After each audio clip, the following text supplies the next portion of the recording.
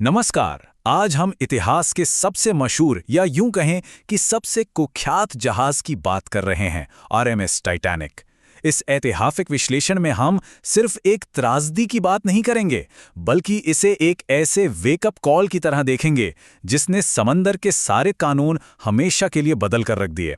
सोचिए, जब इंसान का बेतहाशा अति आत्मविश्वास कुदरत की ताकत से टकराता है तो क्या होता है, आइए देखते हैं। तो चलिए सीधे मुद्दे पर आते हैं। जरा व्हाइट स्टार लाइन के वाइस प्रेसिडेंट का ये बयान सुनिए। ये जहाज कभी नहीं डूब सकता। मतलब क्या गजब का कॉन्फिडेंस था ना। लेकिन असल में ये कॉन्फिडेंस नहीं, एक बहुत बड़ा कॉर्पोरेट अहंकार था। लोगों के दिमाग में ये बात इस कदर बिठा दी गई थी कि ये सिर्फ एक जहाज नहीं है, बल्कि इंजीनियरिंग का ऐसा चमत्कार है जिसे खुद प्रकृति भी खरोच नहीं मार सकती। और सच कहूं तो इसी एक गलतफहमी ने इस पूरी भयानक आपदा की नींव रख दी थी। तो आज के इस ऐतिहासिक पोस्टमार्टम में हम क्या-क्या देखने वाले हैं? हम इन 5 अहम चीजों पर गौर करेंगे। पहला, यही कभी न डूबने का मिथक और अहंकार।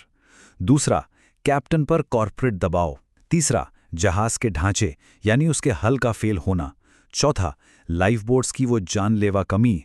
और आखिर में इस हादसे के बाद बने आधुनिक शिपिंग कानून। तो शुरुआत करते हैं हमारे पहले हिस्से से, अहंकार और कभी न डूबने का वो मिथक।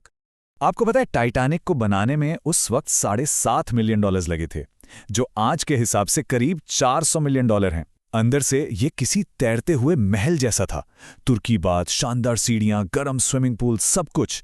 लेकिन इसी चकाचौंध में ना, सेफ्टी को बिल्कुल ताक पर रख दिया गया। हैरानी की बात तो यह है कि टक्कर वाले दिन एक लाइफ बोट ड्रिल होनी थी, जिसे कैप्टन ने सिर्फ इसलिए रद्द कर दिया क्योंकि उन्हें लगा कि इतने सुरक्षित जहाज पर इसकी क्या ही जरूरत है। और इस अहंकार का सबसे डरावना सबूत है ये नंबर, 21.5 नॉट्स।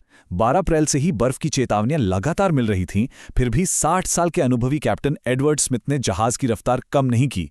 वो 40 किलोमीटर प्रति घंटे की इस खतरनाक स्पीड से जहाज को बर्फीले समंदर में दौड़ाते रहे। अब सवाल ये है कि ऐसा क्यों हुआ? ये हमें हमारे दूसरे हिस्से पर लाता है, समुद्र के बीचों बीच कॉर्पोरेट का भारी दबाव। अब आप सोचिए, इतना तजुर्बेकार कैप्टन, बर्फ की चेतावनियां मिल रही हैं, फिर भी स्पीड कम क्यों नहीं की?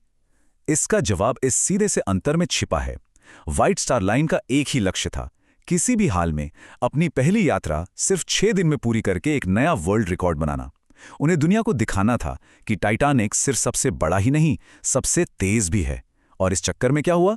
7, जी हां 7 बहुत ही महत्वपूर्ण आइसबर्ग वार्निंग्स को पूरी तरह इग्नोर कर दिया गया। जहाज पर कंपनी के चेयरमैन जोसेफ ब्रूस इसमें खुद मौजूद थे। बताया जाता है कि जब कैप्टन स्मिथ ने उन्हें बर्फ की चेतावनी दिखाई तो जनाब ने वो कागज चुपचाप अपनी जेब में रख लिया, ताकि बाकी क्रू को भनक भी ना लगे। वो किसी भी कीमत पर अपनी स्पीड कम नहीं होने देना चाहते थे। खैर, अब हम इस घटना के तकनीकी पहलू यानी हमारे तीसरे हिस्से की तरफ बढ़ते हैं, जहाज के हल का फेल होना। अब यहां जो बात सबसे दिलचस्प है वो ये है कि कैसे 1.5 मिलियन टन के एक बर्फीले पहाड़ ने उस दौर की सबसे बेहतरीन इंजीनियरिंग को घुटनों पर ला दिया। इस क्रैश को समझने के लिए 2 आसान से शब्द जान लेते हैं। बो यानी जहाज का सबसे आगे वाला हिस्सा, और हल यानी जहाज का मुख्य ढांचा या उसकी बाहरी बॉडी।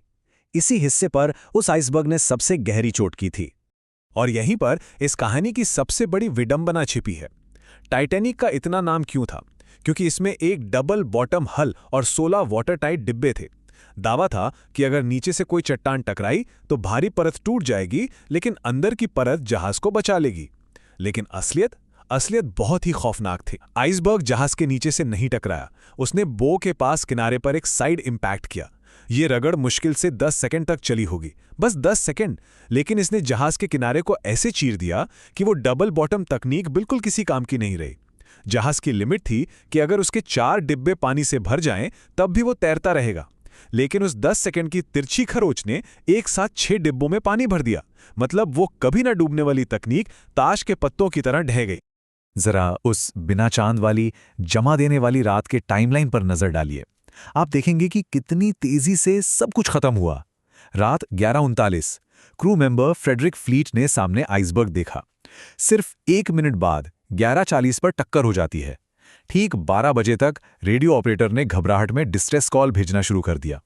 रात 2:05 पर आखिरी लाइफ बोट पानी में उतारी गई और 2:20 वो आलीशान विशालकाय जहाज 2 टुकड़ों में टूटकर हमेशा के लिए समंदर के अंधेरे में समा गया।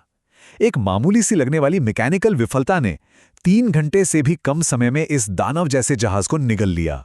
ये घटनाक्रम हमें इस त्रासदी के सबसे दर्दनाक पहलू यानी हमारे चौथे हिस्से पर लाता है, लाइफ बोट्स की कमी।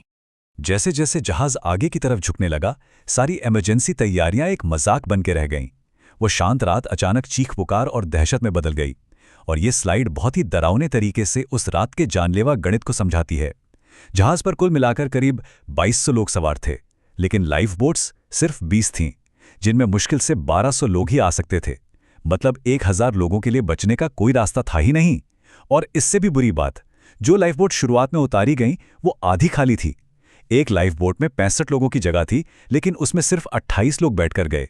ऐसा इसलिए हुआ क्योंकि लोगों को और यहां तक कि क्रू को भी यकीन ही नहीं हो रहा था कि यह विशाल टाइटैनिक सच में डूब रहा है। अब एक ऐसी बात जो सच में दिल तोड़ देती है।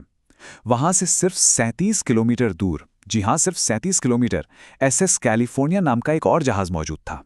इतना करीब कि टाइटैनिक के डेक से उसे देखा जा सकता था। लेकिन उस जहाज के क्रू ने रात में अपना रेडियो बंद कर दिया था। जब उन्होंने आसमान में टाइटैनिक के दागे गए संकट के रॉकेट्स देखे तो उनके कैप्टन ने सोचा कि टाइटैनिक पर अमीर लोग बस कोई लेट नाइट पार्टी कर रहे हैं और आतिशबाजी हो रही है। अगर वो तुरंत हरकत में आते तो शायद 1500 लोगों को उस -2 डिग्री के बर्फीले पानी में मरने से बचाया जा सकता था। लेकिन इस भारी नुकसान ने दुनिया को एक बहुत बड़ा सबक दिया, और यही हमारा 5वां और आखिरी हिस्सा है, आधुनिक शिपिंग कानूनों का जन्म। उस रात हाइपोथर्मिया और डूबने से 1500 से ज्यादा जानें गईं, लेकिन उनकी शहादत ने हमारे समंदरों को हमेशा के लिए सुरक्षित बना दिया। इस हादसे के ठीक बाद 1914 में इंटरनेशनल आइस पेट्रोल बनाई गई, जो आज भी काम कर रही है और जहाज़ों को आइसबर्ग्स का अलर्ट देती है। पहली बार सोलास यानी safety of life at sea treaty sign की गई, और सबसे बड़ा बदलाव ये नियम पास हुआ कि अब से किसी भी जहाज पर हर एक यात्री के लिए पर्याप्त लाइफ बोट का होना एकदम अनिवार्य है। अगर टाइटैनिक का यह हादसा ना हुआ होता तो शायद ये कड़े नियम कभी बनते ही नहीं। तो इन सब के बाद आपके लिए एक सवाल छोड़कर जा रहा हूं। हाल ही में एक ऑस्ट्रेलियाई अरबपति ने टाइटैनिक 2 नाम से बिल्कुल वैसी ही एक कॉपी बनाने का ऐलान किया है। तो क्या हम इंसानों ने उस अहंकार से सच में कोई सबक सीखा है? 1 सदी से भी ज्यादा का वक्त बीत चुका है, लेकिन इस जहाज का जादू आज भी हमारे सर चढ़कर बोलता है। टाइटैनिक की कहानी हमें बार बार यही याद दिलाती है कि हमारी तकनीक चाहे कितनी भी महान क्यों ना हो, कुदरत के सामने हमारा ओवर कॉन्फिडेंस हमेशा जानलेवा ही साबित होता है। इस ऐतिहासिक सफर में मेरे साथ जुड़ने के लिए बहुत बहुत शुक्रिया। सीखते रहिए और हमेशा सुरक्षित रहिए।